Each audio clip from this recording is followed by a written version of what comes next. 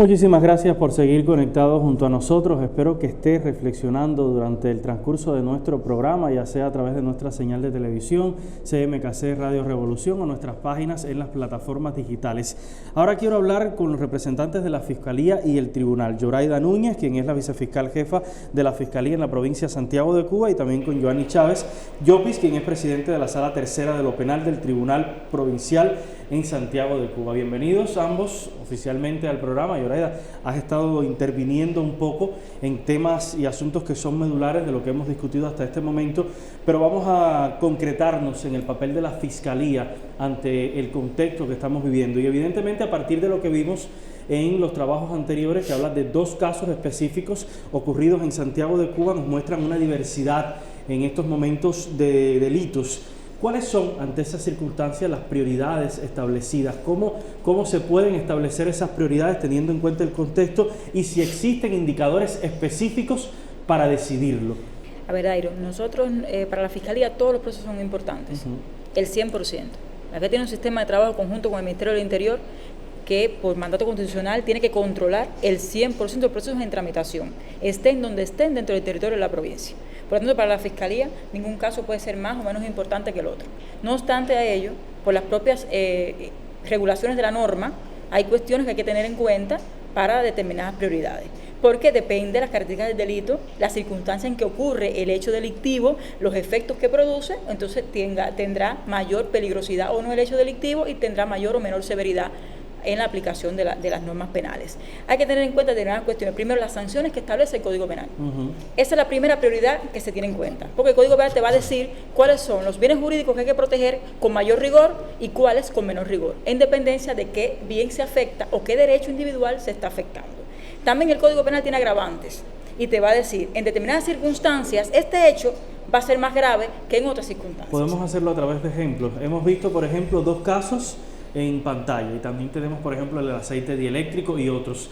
Hazlo por ejemplo. Por ejemplo, si yo cometo un hecho delictivo, un hurto o un robo con fuerza, durante un desastre natural, hay un agravante que dice que es más severo.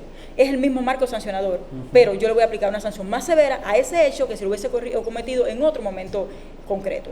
Por ejemplo, si los hechos tienen que ver con una calamidad pública, también se agrava la sanción. O sea, no es que tú vas a mover el marco más allá, sino que dentro de ese marco penal usted va a poner una sanción más severa que si fuera en otras circunstancias. Si los bienes tienen relación con las reservas materiales que tiene el país, también hay que tener severidad en esos hechos.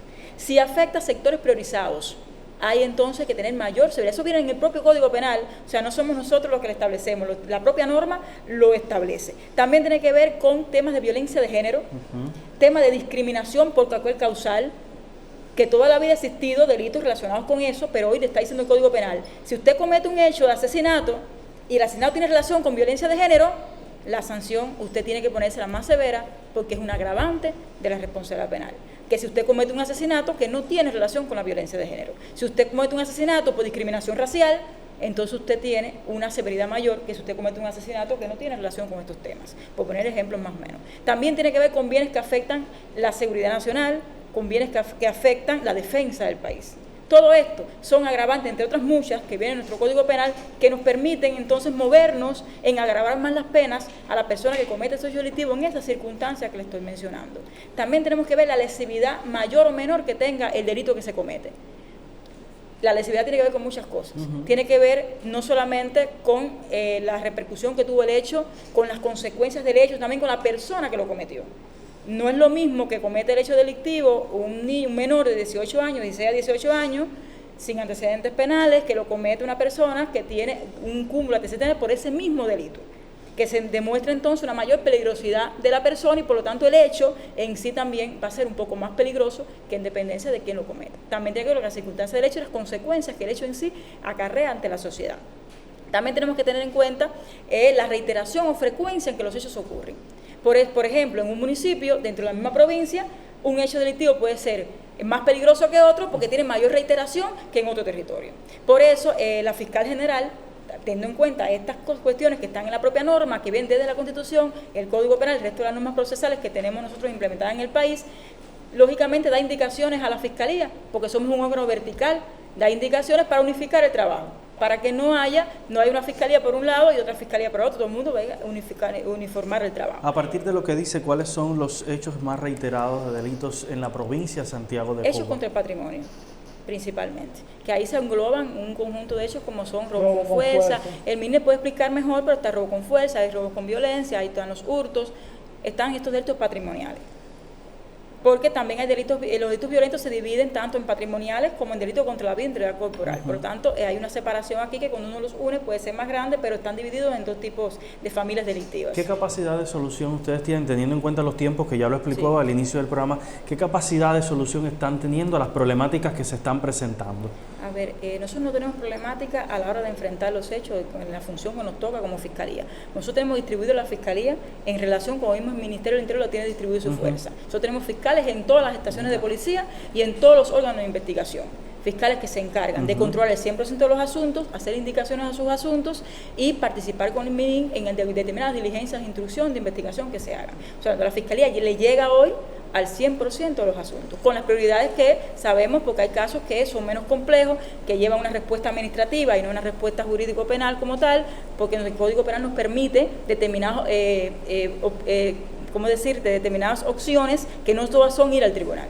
Hay multas penales administrativas, que son en los casos menos complejos, o criterios de oportunidad, que son en estos casos que no tienen alta lesividad social, tienen una baja lesividad social, y otras alternativas que entonces irían ya al tribunal, los casos más complejos, que más lo ameriten, con personas más reiterantes, que realmente requieran una sanción en el ámbito de los tribunales para demostrar también la represión que debe tener también la respuesta jurídico-penal a estos casos. ¿Cómo se trabaja directamente con las instituciones para lograr una mayor efectividad de la labor que ustedes realizan? A ver, la Fiscalía no solamente se centra en los procesos penales, la Fiscalía tiene otras esferas de trabajo. Exacto. Y tiene una relación directa con muchos organismos. Ya le explicaba las fundamentales con el Ministerio del Interior, porque es la función fundamental de la Fiscalía. Dice la Constitución, por eso cambiamos la redacción de la norma cuando se hizo y se le dio a la Fiscalía como función fundamental el control de la investigación, el ejercicio de la acción penal y pública y el control de la legalidad, que antes estaba al revés en nuestra Constitución, porque la función fundamental de nosotros es el proceso penal. Y ahí el vínculo es directamente con el Ministerio del Interior, como ya le explicaba, todo lo que hacemos, la revisión de los procesos, la participación directa en diligencias de instrucción, la revisión, las indicaciones a los procesos penales, el control al 100% de los asuntos, participamos en eventos con ellos conjuntos toda la semana, todos los días, o sea, es constante. Pero hay otros organismos con los que también nos relacionamos. Por ejemplo, con la Contraloría General de la República. Tenemos un vínculo estrecho, porque la Contraloría es rector de todo el tema económico, y por lo tanto los delitos económicos asociados a la corrupción tenemos que despacharlos directamente con la Contraloría, porque también ellos nos ayudan a darle solución a determinadas problemáticas dentro de la investigación para agilizar y lograr mayor calidad en la misma. También tenemos relaciones, por ejemplo, con la UNAP para el tema de la evasión fiscal. Es otro delito que hoy estamos enfrentando con un rigor determinado, teniendo en cuenta la cantidad de hechos que se han detectado de evasión fiscal en los últimos tiempos, y tenemos una relación directa con la UNAP de conciliaciones, de análisis de estos casos, para lograr enfrentar de conjunto esta problemática que hoy está enfrentando el país, no solamente en Santiago de Cuba, sino en varias provincias del país. También tenemos relación directa con la DIS, tenemos relación directa con los bancos, con el Ministerio de Finanzas y Precios, tenemos relación directa con el INRE para el tema de las reservas materiales, por el seguimiento que llevan los procesos relacionados con este tema, y también para el tema de las verificaciones fiscales que ejecuta la Fiscalía. Tenemos relaciones con todos esos órganos que estamos diciendo, porque ellos se convierten en nuestros peritos para poder hacer las acciones de control que hace la Fiscalía en la esfera de verificaciones fiscales. ¿También hacen trabajo preventivo y educativo desde la Fiscalía? Sí, nosotros tenemos una esfera de protección a la familia y asuntos jurisdiccionales y atención a la población, que también hace estudios de legalidad en los centros de niños sin amparo filial, en los hogares de ancianos, en casas de abuelos. Inspeccionamos también estos centros para ver que si hay una buena protección de estos sectores vulnerables. Analizamos todo el tema de violencia de género. Tenemos muchas relaciones con la Federación, con las organizaciones sociales y de masa para el enfrentamiento a este tipo de conductas, y también hacemos muchas actividades preventivas en las comunidades, en los barrios, en las escuelas, para hablar de las drogas, para hablar del embarazo en la adolescencia, para hablar de los delitos de agresión sexual contra los niños.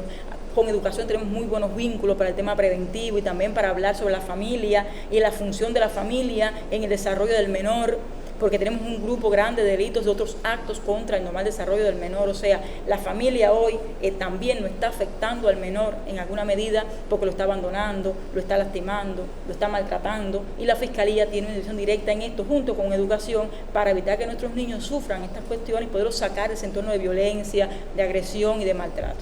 Ahora, en ánimos de ser reflexivo y también conversar con el profesor Joanny Chávez, es importante pensar hasta qué punto todo lo que están haciendo, que evidentemente es un trabajo sistemático, es un trabajo con resultados, es un trabajo sustentado en ciencia, consta, porque han participado en muchos eventos, no solo locales, sino también nacionales e internacionales, es efectivo. Y lo pregunto sobre todo porque si el contexto ha cambiado, evidentemente hay cosas que hay que transformar. Quiero que piensen eso mientras, por favor, converso con el profesor Joanny para hablar sobre un tema, profesor, en sentido general, que preocupa a la población y tiene que ver con, en ocasiones, teniendo en cuenta los procedimientos legales que existen para ello, la visibilización de algunos casos. Es decir, muchas veces nos enteramos de la noticia de algún delito, sin embargo no logramos darle seguimiento a la solución de ese delito. Y yo, por ejemplo, a veces escuchamos de casos de corrupción o delitos graves, pero parece que no siempre hay consecuencias visibles.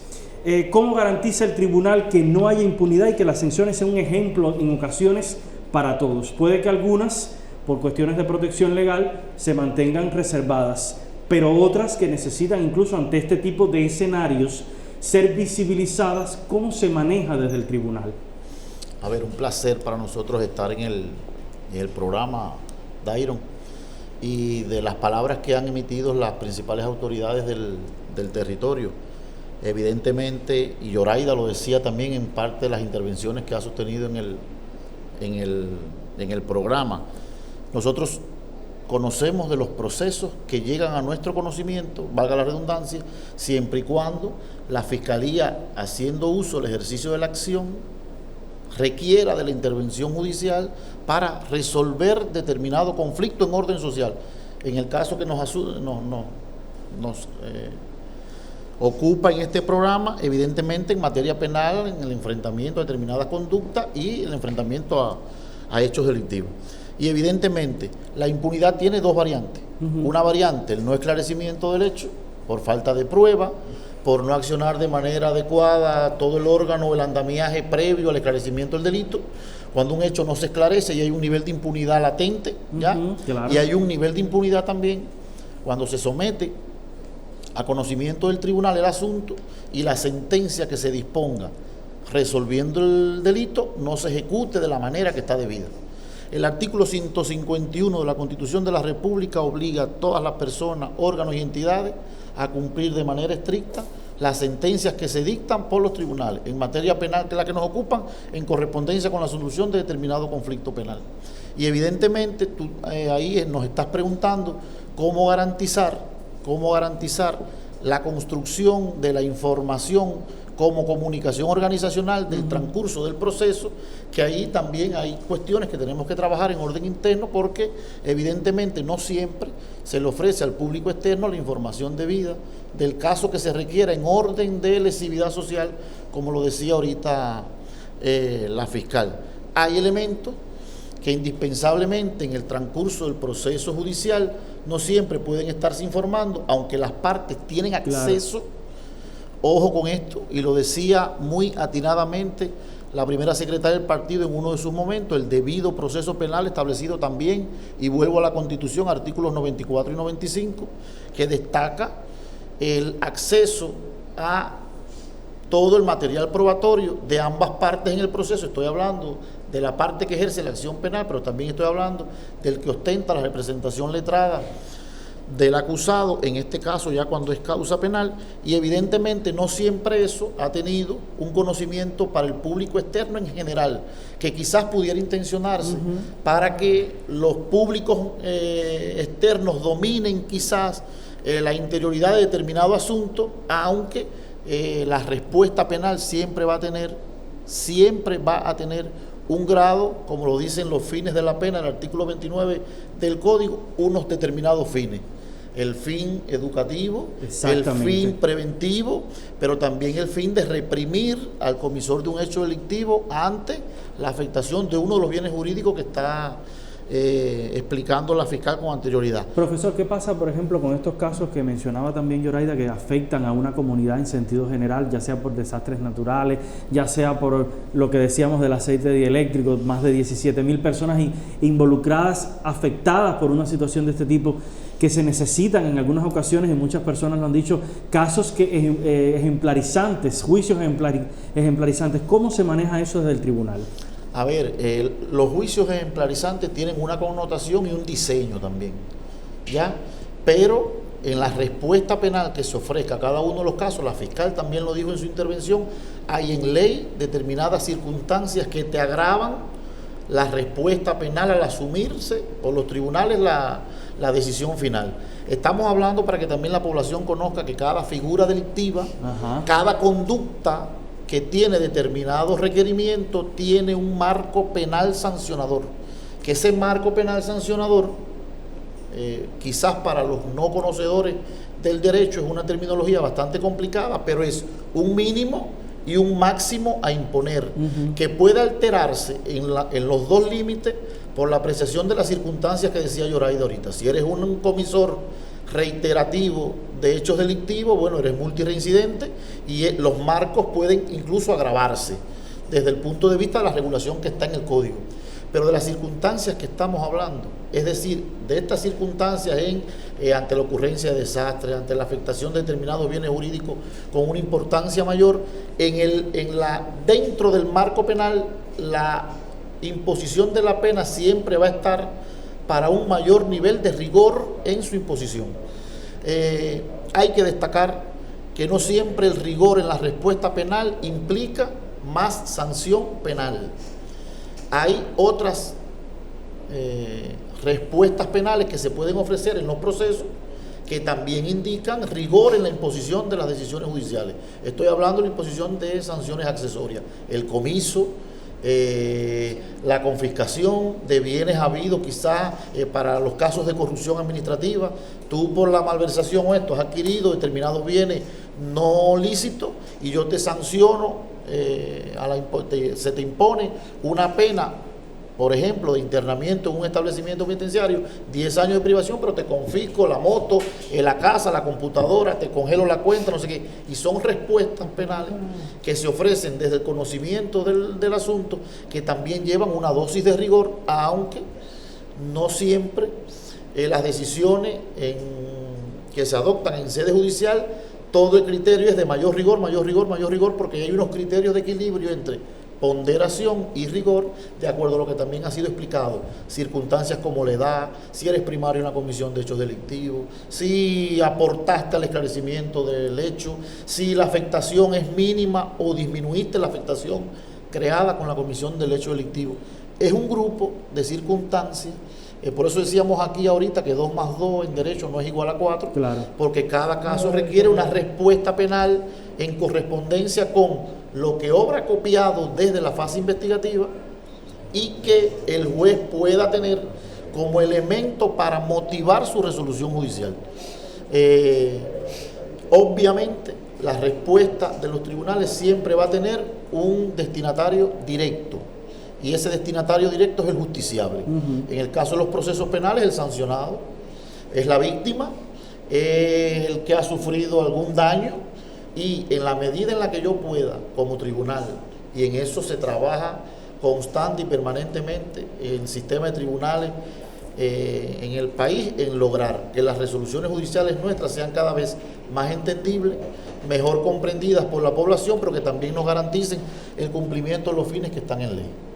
Ahora, yo les preguntaba a ambos lo de transformar, y en esto tiene un papel fundamental lo preventivo y lo educativo, porque en ocasiones las personas no dominan las leyes de las que usted está hablando, precisamente porque a veces no la comprenden en su totalidad. Teniendo en cuenta este escenario, que ustedes también evidentemente forman parte del sistema de trabajo integrado que se tiene desde el partido y el gobierno, involucra a las comunidades, ¿qué creen que hay que transformar para que las personas también se involucren, lo comprendan? Y evidentemente decir lo que decía el gobernador hace un rato, no hay impunidad en Santiago de Cuba. Yo pienso que ahí las claves ya están dadas. 1, el trabajo con la familia. 1, el trabajo en la comunidad. 2, o tres, en este caso, el trabajo con la cultura jurídica de la población. Otra de las variantes que podemos y tenemos que trabajar es el fortalecimiento de otros ámbitos de aplicación del derecho. No siempre las mejores respuestas para la solución de los conflictos están en materia penal. A veces la mejor respuesta está en el orden laboral, está en el orden administrativo, está en el orden económico. En orden económico como materia de derecho, no en el orden de la economía del ciudadano. Estoy hablando para el derecho, ¿no?